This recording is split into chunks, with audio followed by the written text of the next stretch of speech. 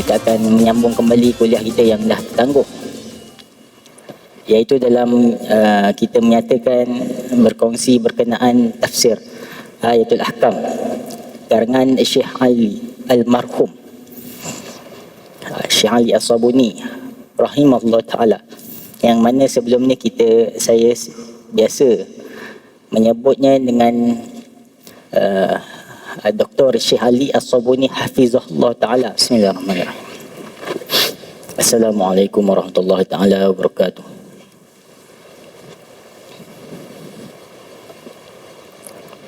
Bismillahirrahmanirrahim. Alhamdulillah rabbil alamin. Wassalatu wassalamu ala asyrafil anbiya wal mursalin wa ala alihi wa sahbihi ajma'in.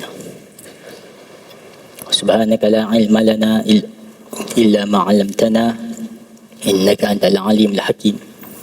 Qala rabbi shrah li sadri wa yassir li amri wa hlul 'uqdatam min lisani yafqahu qawli. Wa ba'd.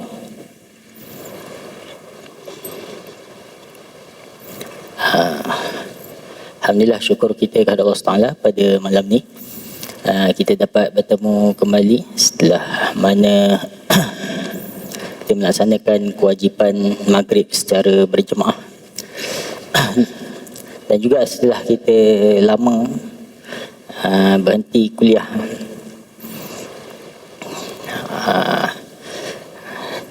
sebab PKP, dan InsyaAllah lepas ni pun kita akan berhenti lagi bagi ruang kepada ihya bulan Ramadan daripada masjid lah, dari pihak masjid, dan kita mungkin sambung pada bulan setelah bulan Ramadan lah. Jadi saya agak janggal sebab saya tak pakai spek. Sebab tadi saya rasa saya wuduk tadi pakai spek, tapi dah tak ingat ada kat mana. Jaranglah saya kuliah tak pakai spek. Walaupun tak adalah masalah besar. Kalau ada siapa-siapa nampak saya punya spek warna bingkai, warna biru, Alhamdulillah. Alhamdulillah, terima kasih. Ingat nak cakap lepas kuliah, nasib baik cakap awal.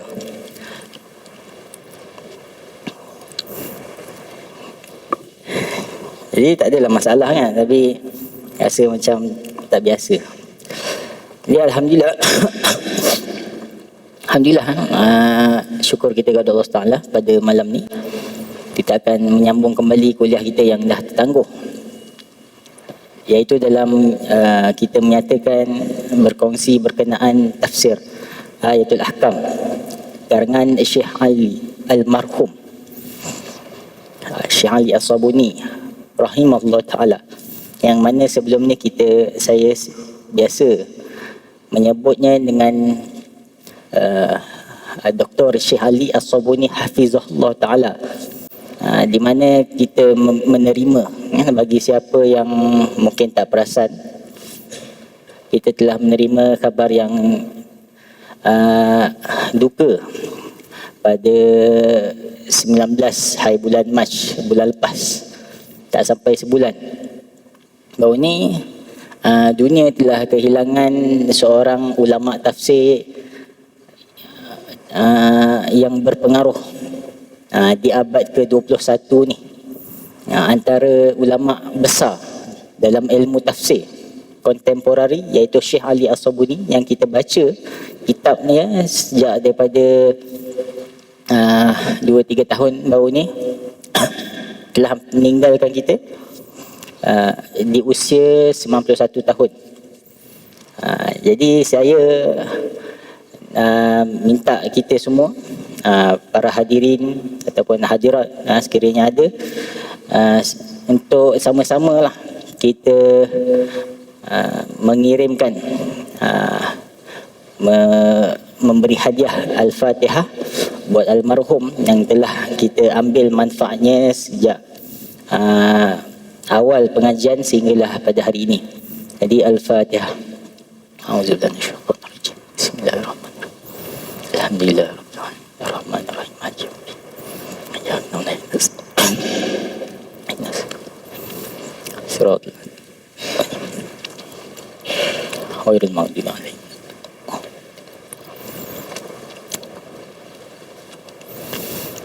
Jadi itulah merupakan satu khabar yang sedih juga. Setelah 2-3 kali jugalah orang kata satu hoax ataupun 2-3 kali juga berita kematian beliau disebarkan. Tahun lepas pun ada, 2 tahun lepas pun ada. Orang menyambar-nyambarkan dia telah meninggal padahal tak lagi. Jadi pada tahun ni 2021 dia meninggal juga. Beliau telah meninggal kan? Dan kebetulan pada hari Jumaat. Pada hari Jumaat yang mulia yang disebut dalam hadis syafaat bagi orang yang meninggal bagi orang pada hari Jumaat, pahala ganjaran dia ataupun terlepas daripada soal daripada kubur, dalam kubur.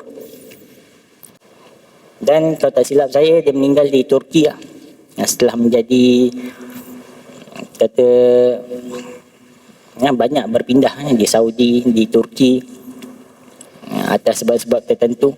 Yang mana seperti mana yang kita maklum, beliau merupakan ulama besar dari negara Syria. Jadi mudah-mudahan kita dapat terus mengambil manfaat yang berterusan daripada ilmu beliau. Semakin kita ambil manfaat, semakin bermanfaat juga untuk kita dan semakin memberi manfaat juga bagi muallif. Jadi pada malam ni insya-Allah dalam masa yang tak lama ni, dalam setengah jam ni kita akan menghabiskan topik pada pertemuan yang lepas, iaitu muhadarah yang ke-14, iaitu berkenaan nikah dengan orang bukan Islam, nikahul musyrikat. Di mana pada pertemuan sebelum ni kita dah jelaskan serba sedikit berkenaan tafsir ayat surah Al-Baqarah ayat 221, yang mana Allah SWT telah berfirman, a'udzubillahi minasyaitonirrajim, bismillahirrahmanirrahim, wala tankihul musyrikati hatta yu'min. Janganlah kamu orang-orang yang beriman bernikah dengan musyrikat, perempuan-perempuan yang musyrik, hatta yu'min, sehinggalah mereka ni beriman. Jangan nikah dengan perempuan kafir selagi mana mereka tidak beriman. Wala amatum mu'minatun khairum min musyrikatin walau a'jabatkum. Dan hamba yang beriman itu lebih mulia di sisi Allah untuk kamu kahwini, untuk kamu jadikan isteri, berbanding perempuan yang musyrik sekalipun mereka ni lebih menarik hati kamu, sekalipun mereka ni lebih cantik, lebih kaya, lebih cerdik, berbanding lebih menarik, pandai mengambil hati kamu, berbanding seorang hamba yang tak ada rupa, tak ada harta tapi beriman. Itu adalah lebih baik di sisi Allah. Allah menyukainya. Wala tunkihul musyrikin hatta yu'minu, dan jangan pula berkahwin dengan lelaki yang musyrik sehinggalah mereka beriman. Wala 'abdun mu'minun khairum min musyrikin walau a'jabakum. Hamba yang beriman tu, lelaki yang beriman lebih Allah sukai berbanding lelaki yang musyrik yang merdeka. Ulaika yad'una 'alan nar, kerana mereka semua mengajak kamu ke arah neraka. Walaupun taklah dia kata jomlah masuk neraka, tak, tapi hakikatnya ulaika yad'una 'alan nar, mereka membawa kamu ke neraka. Wallahu yad'u ilal jannati wal maghfirati bi'idnih, sedangkan Allah mengajak kamu untuk ke syurga dengan pengampunannya. Wa yubayyinu ayatihi lin-nasi la'allahum yatadhakkarun, dan Allah juga menjelaskan berkenaan keterangan-keterangannya, tanda-tandanya kepada manusia, mudah-mudahan mereka mengambil pengajaran. peringatan. Jadi ayat ni jelas-jelas dah sebut haramnya hukum berkahwin dengan orang kafir. Perkahwinan dengan orang kafir, hukum dia haram. Namun perbahasan dalam tafsir yang belum masuk bahasan hukum telah menceritakan bahawa ulama telah menjelaskan bahawa ijma' sepakat, ni dalam bab ni tak ada khilaf, menjelaskan bahawa orang kafir ni terbahagi kepada dua. Ni ittifaq. Sepakat ulama mengatakan orang kafir ada dua. Jangan kita anggapkan orang kafir ada sama. Pembahagian orang kafir tu pun ada juga. Orang kafir yang pertama ni pun dia ada pecahannya lagi. Tapi orang kafir, bukan yang pertama, secara umum lah, secara politiknya dia ada pecahan. Kafir zimmi, kafir harbi, yang tu ada pecahan. Tapi itu dalam bab politik lah. Tapi dalam bab maksud kafir yang dinyatakan dalam Quran mempunyai dua. Pertama, kafir musyrikin. Kafir musyrikin. Yang kedua, kafir ahli kitab. Jadi bila Quran menyebutkan orang kafir, dia boleh jadi maksud daripada dua, ataupun boleh jadi maksud daripada salah satu daripada kedua mereka.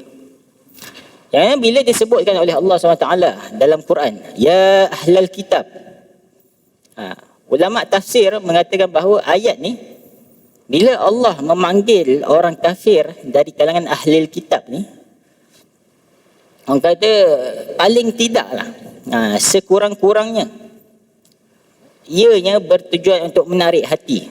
Menarik hati, nak merangsang, nak mendorong orang-orang ahli kitab ni untuk dekat dengan orang beriman, dekat dengan ajaran Islam yang sebenar, dengan maksud kamu ni dah pernah dapat kitab, kamu ni dah pernah dapat kitab, kenapa kamu dah baca kan, kamu dah amalkan, dah tahu isi kandungannya, kenapa kamu masih kufur?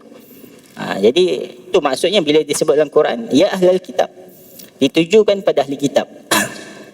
Tujunya kan kepada orang kafir ahli kitab. Tapi bila mana mereka tetap kufur, tetap tidak menerima, ada ahli kitab yang beriman. Contoh sahabat Nabi Abdullah bin Salam, Sayyidina Abdullah bin Salam. Dan ada juga yang tak beriman. Jadi menjelaskan bahawa dalam surah Bainah, innal ladzina kafaru min ahlil kitab wal musyrikin fi nari jahannam. Jadi mereka masuk neraka. Jadi mereka dihukumkan masuk neraka disebabkan mereka tetap berdegil. Ia berpunca kalau kita ambil daripada sejarah, kenapa orang Yahudi ni mula berhijrah ke Madinah, sedangkan mereka ni bukan asal daripada negeri tersebut. Yang mana mereka kata sebelum Nabi berhijrah lagi dah ada satu perkampungan Yahudi di Madinah. Sebab mereka telah mengetahui, mereka telah belajar. Ulama mereka bukan saja kata orang biasa, ulama tu mereka juga mengajarkan bahawa mereka akan menerima kedatangan satu lagi Rasul, tapi bukan lagi di tanah Syam, tetapi di tanah Arab. Seperti mana yang disebutkan dalam Quran, wa mubasysyiran bi rasulin min ba'din ismuhu Ahmad. Mereka akan terima satu Rasul yang bernama Ahmad. Mereka akan terima. Jadi mereka tahu akan datang seorang Nabi bernama Ahmad. Ahmad, Muhammad sama maksud. Tapi sebab itulah bila mana mereka pindah ke Madinah, berselisih dengan orang Madinah dari suku Aus dan Khazraj. Jadi mereka setiap kali berselisih, sebab mereka ni kelompok masih kecil, jadi bila mereka berselisih, mereka akan bagi amaran kepada orang Madinah, penduduk asal Madinah.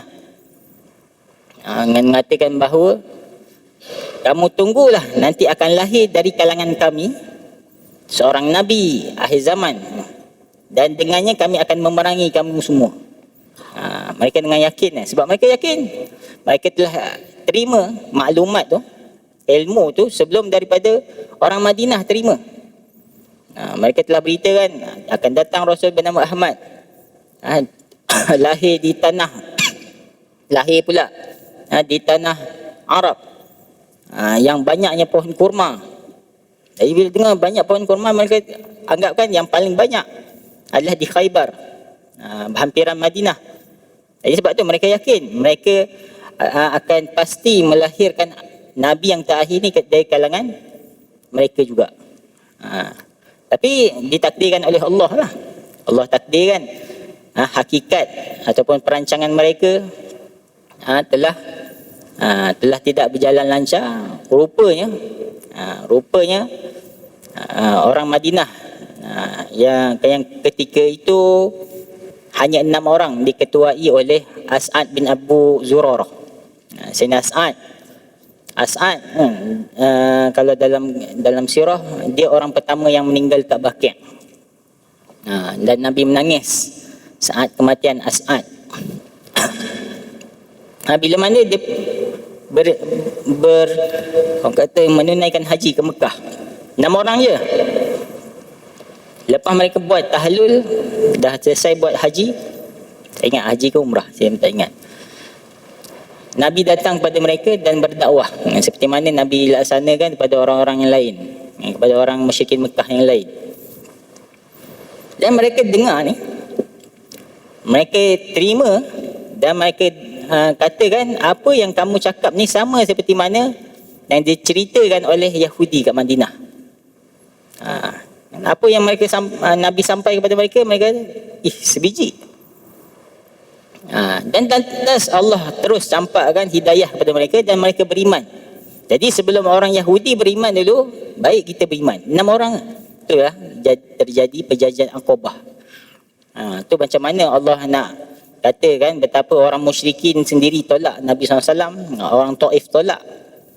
Akhirnya rupanya datangnya orang kata kuasa tu daripada orang bukan dari kalangan mereka musyrikin, daripada suku kaum Quraisy. Jadi akhirnya terjadilah perjanjian Aqabah pertama, kedua, dan berlakulah hijrah. Orang kata dia hijrah tu bukan malam ni rancang esok hijrah. Jadi tu orang kata kisah yang menyebabkan orang kafir dari kalangan dari kalangan Yahudi dan Nasrani, bila terima, tengok-tengok rupanya orang Madinah yang dapat. Orang Madinah yang dapat, kata menerima Nabi yang pertama ni, diangkat, bukan kami. Itu yang menyebabkan mereka bertambah benci. Bertambah benci. Mereka tahu Nabi akhir zaman bukan di kalangan mereka, tapi daripada orang Arab. Dan kemudian bukan mereka yang pertama. Itu yang jadi isu. Bukan mereka yang pertama terima kata mengetahui kedatangan Nabi tersebut. Mereka tahu tu Nabi. Dia tahu tu Nabi. Dia bukan kata tipu lah, tak. Mereka tahu sebab tanda-tandanya dah diberitahu. Cuma tak disebut yang akan lahir itu daripada orang Arab. Tak sebut. Cuma sebut lahir di tanah Arab. Jadi mereka bertambah benci pada Islam asbab keegoan mereka. Jadi itu menjadikan adanya perbezaan di antara kafir musyrikin dan ahli kitab. Ada perbezaan disebabkan mereka telah dulu mengenal. Ulama tafsir mengatakan mereka dah dulu kenal Nabi, mereka dulu dah kenal tauhid sebelum datangnya Islam. Jadi itu menjadikan bahawa bab kafir ahli kitab ni dia mempunyai bab yang khusus, terutama dalam bab perkahwinan. Taklah banyak sangat. Bolehlah dia diadakan satu bab, orang kata bab ahli hukum hakam berkaitan ahli kitab ni, tapi dia banyak berlega dalam bab sembelihan dan juga pernikahan. Jadi semua tu kita dah sebut. Kita kita dah sebut tafsir dia, macam mana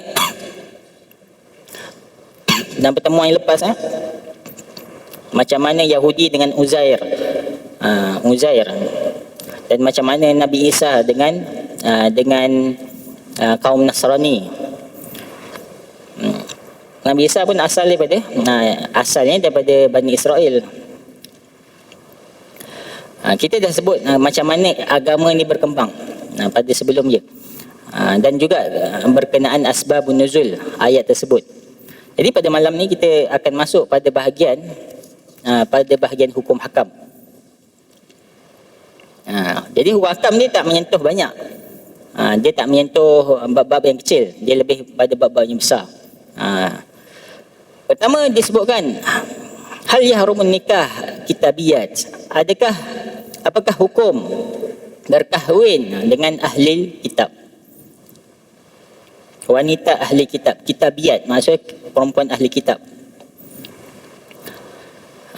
Sebab bila mana dalam Quran menyebutkan wala tankihul musyrikati hatta yu'minu, menjelaskan bahawa Allah mengharamkan kahwin dengan orang kafir secara umum. Namun dikhususkan dalam ayat yang lain bahawa ahli kitab ni mempunyai hukum hakam yang lain. Yang mana disebutkan dalam ayat wa ta'amul lazi, dalam ayat Al-Maidah, wa ta'amul lazina utul kitaba hillul lakum wa ta'amukum hillul lahum wal muhsanatu minal mu'minati wal muhsanatu minal ladina utul kitab. Disebutkan bahawa makanan daripada ahli kitab ni hillul lakum, halal buat kamu, halal buat kamu, wa ta'amukum hillul lahum, dan makanan mereka pula, makanan kamu pula halal untuk mereka. Jadi dalam bab makanan, bab makanan ni macam mana pula, nanti akan terperinci lah dalam hukum yang kedua. Wal muhsanatu minal mu'minat, dan perempuan-perempuan yang suci dari kalangan orang yang beriman, dan perempuan-perempuan yang suci daripada ahli kitab pun dihalalkan untuk orang Islam. Dalam surah Al-Maidah disebutkan. Jadi ini menjadi dalil ittifaq, sepakat ulama mengatakan bahawa halalnya orang Islam berkahwin dengan ahli kitab secara umum dia. Jadi tak ada masalah. Bila mana ada orang kata kan, mana ada ahli kitab zaman sekarang? Mana ada ahli kitab? Jadi dalam perbahasan ulama, ada yang tidak ada satu pun perbahasan daripada zaman salafus soleh sampai sekarang, tak ada satu pun perbahasan yang mana mereka membezakan ahli kitab dulu. Dulu tu tak kira lah sebelum zaman Nabi ke, zaman Nabi ke, ataupun selepas zaman Nabi iaitu zaman kita, ada beza? Tak ada. Tak ada satu perbahasan pun. Jadi tidak timbul lah orang kata soalan bila ada orang kata mana ada ahli kitab zaman sekarang, ahli kitab tu zaman dulu. Itu salah. Tu soalan dia pun dah salah. Sebab apa?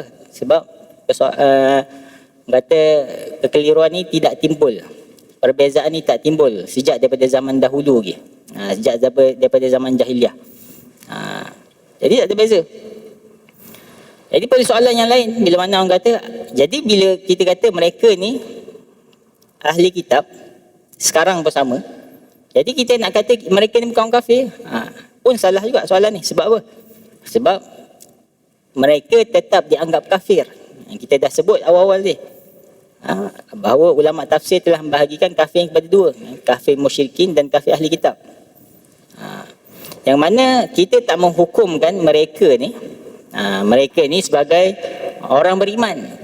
Kalau mereka ni ahli kitab ni, kita katakan ahli kitab yang beriman dengan ajaran Nabi Musa, Nabi Isa, daripada kitab Taurat ataupun kitab Injil, beriman dengan iman mereka, dengan tauhid yang dibawa oleh dua Nabi ni, maka mereka ni bukan ahli kitab, mereka ni orang Islam.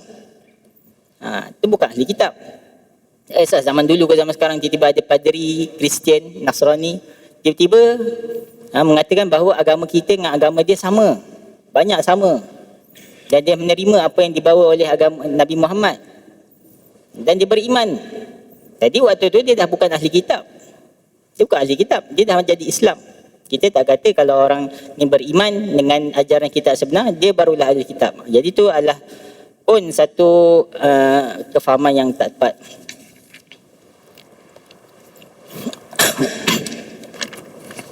Jadi tu kenapa kita sebutkan bahawa kenapa ahli kitab ni merupakan kata satu perbahasan yang telah lama dibincangkan oleh ulama lah.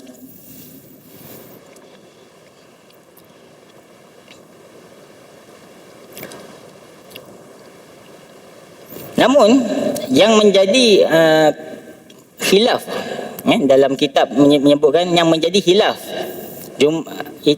ulama sepakat mengatakan ahli kitab boleh dikahwini dan makanan mereka boleh dimakan. Tapi yang jadi khilaf dalam bab ni adalah siapa ahli kitab tu? Siapa ahli kitab? Jadi bagi mazhab Syafi'i mengatakan bahawa ahli kitab yang dimaksudkan adalah mereka yang berketurunan, mereka yang beragama dengan agama Nasrani ataupun Yahudi, dan juga mereka berketurunan daripada Bani Israel. Bukanlah ahli kitab ni mereka ni daripada orang kata lelaki Afrika contohlah, ataupun orang Brazil contohnya. Kan Brazil dulu asalnya daripada agama tak beragama, lepas tu dijajah oleh orang Kristian, lalu di Kristian kan. Jadi Kristian orang ni, orang Brazil ke Afrika ke, mereka ni bukan Kristian yang asal, bukan Nasrani yang asal, yang berketurunan Bani Israel. Mereka ni adalah orang kata kalau dalam agama Yahudi ni dia macam Yahudi kelas kedua lah. Yahudi kelas pertama adalah keturunan Bani Israel. Sebab apa? Sebab mereka memang mengagung, orang kata berbangga-bangga dengan keturunan mereka. Jadi itu yang dimaksudkan oleh ulama sepakat dalam mazhab Syafi'i mengatakan bahawa ahli kitab adalah Yahudi dan Nasrani yang asal, bukannya yang telah orang kata mak dia mungkin orang Indonesia, bapa dia pula orang Malaysia, jadi dia anak dia Kristian ataupun baru je masuk Kristian. Tak. Ini bukan yang dimaksudkan.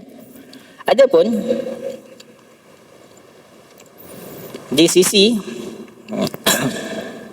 mazhab lain, terutama yang mazhab Imam Abu Hanifah dan mazhab lain, mengatakan bahawa ahli kitab ni orang kata tidak hanya khusus kepada Bani Israel saja. Maliki, mazhab Hambali dan mazhab Imam Abu Hanifah juga mengatakan bahawa ahli kitab juga termasuk orang yang menerima risalah, kitab ataupun suhuf yang terdahulu, walaupun selain daripada Injil dan Taurat. Mungkin Zabur, mungkin kitab-kitab lain, kitab suhuf, dan dia terima, maka mereka adalah ahli kitab. Jadi itu pendapat mazhab Imam Abu Hanifah. Jadi ini yang menjadi perbezaan, permasalahan dalam bab perkahwinan dengan ahli kitab. Jadi secara umumnya ahli kitab ni boleh dinikahi, boleh dimakan makanan mereka. Adapun bukan ahli kitab pun kita boleh makan makanan mereka, tapi yang dimaksudkan boleh makan ni adalah sembelihan. Sebab sembelihan orang bukan Islam asalnya pun sama seperti mana perkahwinan dengan bukan Islam, hukum dia haram. Hukum dia haram. Yang hanya tidak menerima, ila hadza zahabal imamiyah wa ba'dal zaidiyah, yang tak menerima perkahwinan dengan ahli kitab ni, mereka mengharamkan perkahwinan dengan ahli kitab ni, bukanlah pendapat daripada ahli sunnah wal jamaah, tetapi daripada Syiah Imamiyah dan juga sebahagian daripada Syiah Zaidiyah. Jadi hanya Syiah saja mengharamkan perkahwinan ahli kitab. Jadi kalau ada di kalangan kita yang kata mana boleh kahwin dengan ahli kitab, secara teori lah, praktikalnya sebenarnya Malaysia ni kurang praktikal. Jadi kalau kita katakan tak boleh, maka kita mengambil fatwa daripada Syiah. Syiah semata-mata lah. Syiah pelik. Dalam bab nikah ahli kitab dia haram. Dah sebut dalam Quran. Dia kata ayat ni dah dimansuhkan berdasarkan dalil hujah dia. Padahal hujah tu pun tak tepat juga. Tapi mereka pun tak benarkan penceraian. Cerai mesti ada 2 orang saksi. Kalau tak ada saksi tak boleh cerai. Jadi mereka susahkan urusan pernikahan dalam bab perceraian. Tapi dalam bab nikah mut'ah dia pelik sikit. Nikah mut'ah tak payah saksi pun tak apa. Tu pelik. Nikah tak payah saksi apa? Cerai kena ada saksi. Tu pelik Syiah. Orang kata paradoks. Nikah mut'ah tak perlu wali, tak perlu saksi. Tapi yang nak cerai ni kena ada saksi. Itu bagi mereka lah. Jadi hanya Syiah sahaja yang tidak menerima pandangan dalam bab ni.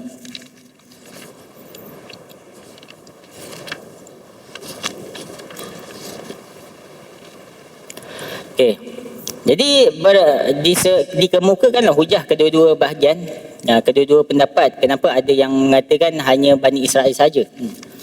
Imam Syafi'i mengatakan bahawa hujah daripada yang disebut dalam kitab Al-Um, bahawa dikhususkan bagi Bani Israel sahaja hanya kerana Nabi Musa dan Nabi Isa telah diutuskan kepada kaum Bani Israel. Ni tak ada siapa nafikan. Ada siapa kata Nabi Isa, Nabi Musa diutuskan kepada seluruh alam? Ada tak? Tak. Melainkan hanya Nabi SAW sahaja. Sahaja yang diutuskan seluruh alam. Dia diutuskan pada kaum Bani Israel. Ini hujah Imam Syafi'i. Imam Syirazi dalam kitab dia Muhazzab juga mengatakan berhujah, kata menyokong pandang Imam Syafi'i dengan menggunakan dalil allazina yaquluna innama unzilal kitab ala ta'ifatain min qablina.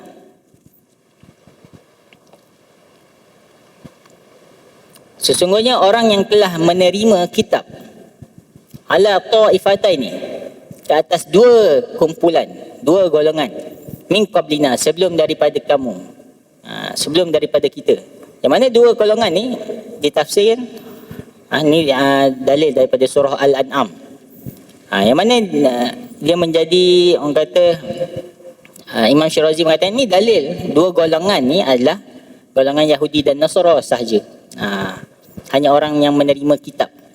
Adapun orang yang mengikut mereka selepas itu tak dikira sebagai ahli kitab. Jadi hujah ulama. Adapun hujah daripada mazhab lain pun ada hujah dia.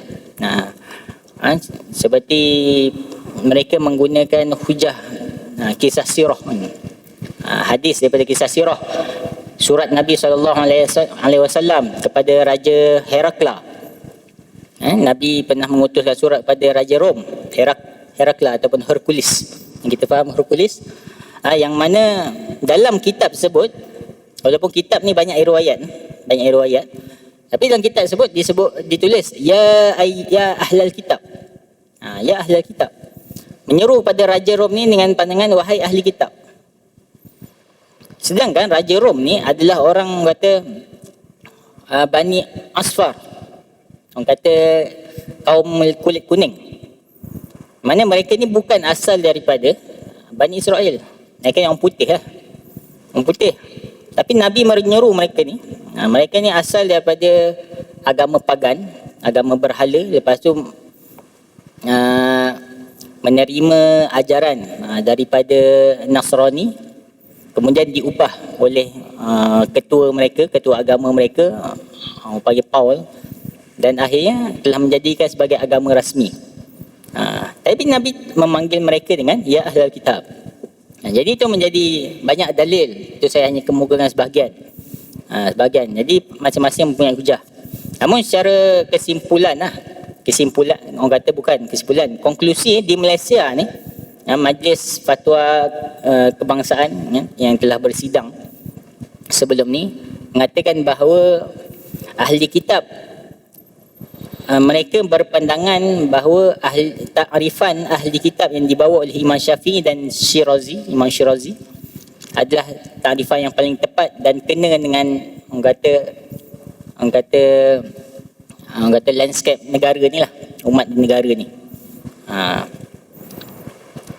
Bahawa kafir kitabi adalah Yahudi Nasrani yang asal. Jadi mereka memutuskan sebarang perkahwinan dengan ahli kitab yang tak asli adalah dibatalkan, adalah tak dibenarkan. Ini bagi siapa yang nak kahwin. Siapa nak kahwin dengan ahli kitab di Malaysia ni tak dibenarkan. Yang tak asli lah. Adapun yang dah kahwin, mungkin tiba-tiba ada nenek kita dah kahwin dah. Bukan nenek, atuk kita dah kahwin dah dengan ahli kitab, dengan menggunakan pandangan mazhab lain yang membenarkan yang tak asli pun boleh, maka perkahwinan ni dibenarkan dengan syarat. Majlis Fatwa Kebangsaan membenarkan dengan syarat dia mestilah bernikah dengan kaedah Islam dan juga mestilah hidup dalam suasana Islam. Itu syarat. Kalau dia hidup, dia nak kahwin, asal nak kahwin dengan perempuan ni, tiba-tiba dia punya hidup tu orang kata dia lebih Kristian daripada perempuan tu, jadi tak boleh lah, pun akan tidak diharuskan. Itu antara syarat-syarat yang dikemukakan lah oleh ahli majlis fatwa. Ada pun satu lagi fatwa disebutkan suami isteri yang bukan Islam, Kristian, ahli kitab, yang mana suami dia masuk Islam, maka perkahwinan tu kekal, harus. Boleh lah, suami itu Islam. Namun sekiranya sebaliknya berlaku, hanya perempuan tu yang Islam, isteri dia masuk Islam, lelaki tetap dengan agama Yahudi dia, maka itu membawa pada hukum yang kedua, iaitu minhumul musyrikun allazina yahrumu tazawwijuhum. Hukum berkahwin, lelaki ahli kitab berkahwin dengan perempuan Islam. Yang kita sebut tadi daripada awal dia adalah perkahwinan lelaki dengan perempuan ahli kitab. Tapi kalau sebaliknya, lelaki ahli kitab kahwin dengan perempuan Islam, hukum tu haram. Hukum tu haram. Sebab kata Syekh Ali As-Sabuni, sebagai penutup lah, kata Syekh Ali As-Sabuni, sa'alani, aku ditanya oleh seorang talib ghairul muslim, seorang pelajar yang bukan Islam, karena qad hadara indi, yang mana datang ke majlis aku, majlis agama aku, ada orang bukan Islam datang, dia ni penuntut tapi dia bukan Islam, yaksudut fi Madinatul Halab, di Halab, Syria. Limaza yatazawwajul muslim bin nasraniyah, dia tanya, dia provoke pada Syekh Ali, almarhum Syekh Ali, dia katakan, kenapa boleh orang Islam kahwin dengan perempuan Nasrani? Wala yatazawwajun nasrani muslimah, kan? Orang Nasrani tak boleh kahwin dengan Islam. Yaksudut ta'ridu wal ghamata bil madinah bi annahum muta'assibun. Bukankah ini adalah satu orang kata ciri-ciri menunjukkan orang Islam ni orang taksub, orang yang fanatik, orang yang kata dia paling superior, dia boleh kahwin dengan orang tak boleh kahwin dengan dia, perempuan dia. Kata lelaki ni. Jadi kata Syekh Ali Sabuni menjawab dengan bijak. Sebab tu kita kata dia ulama tafsir yang suka dicari gantilah. Syekh Ali kata, nahnul muslimin nu'minu bi nabiyikum Isa wa kitabukum Injil. Kami orang Islam beriman dengan Nabi Isa, beriman dengan kitab kamu Injil. Fa iza amantum bi nabiyina wa kitabuna nuzawwijukum min banatuna.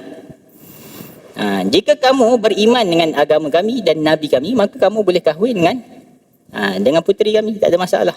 Ini jawapan bijak. Faman minnal muta'assib. Jadi sebenarnya siapa yang taksub?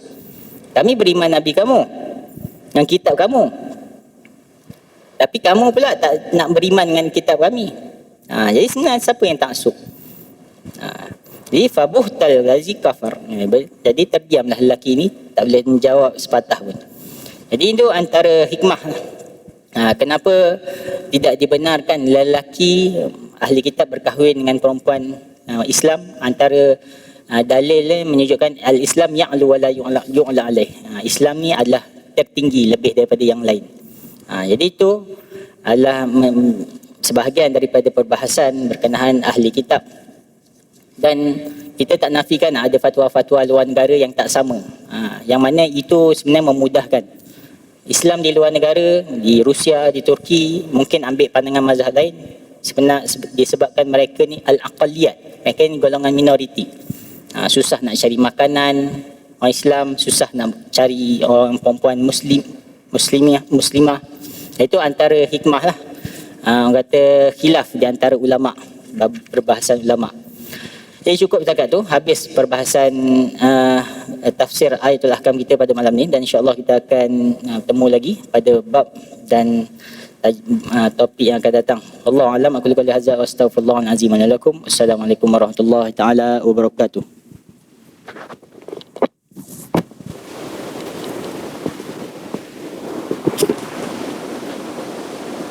Subhanallah.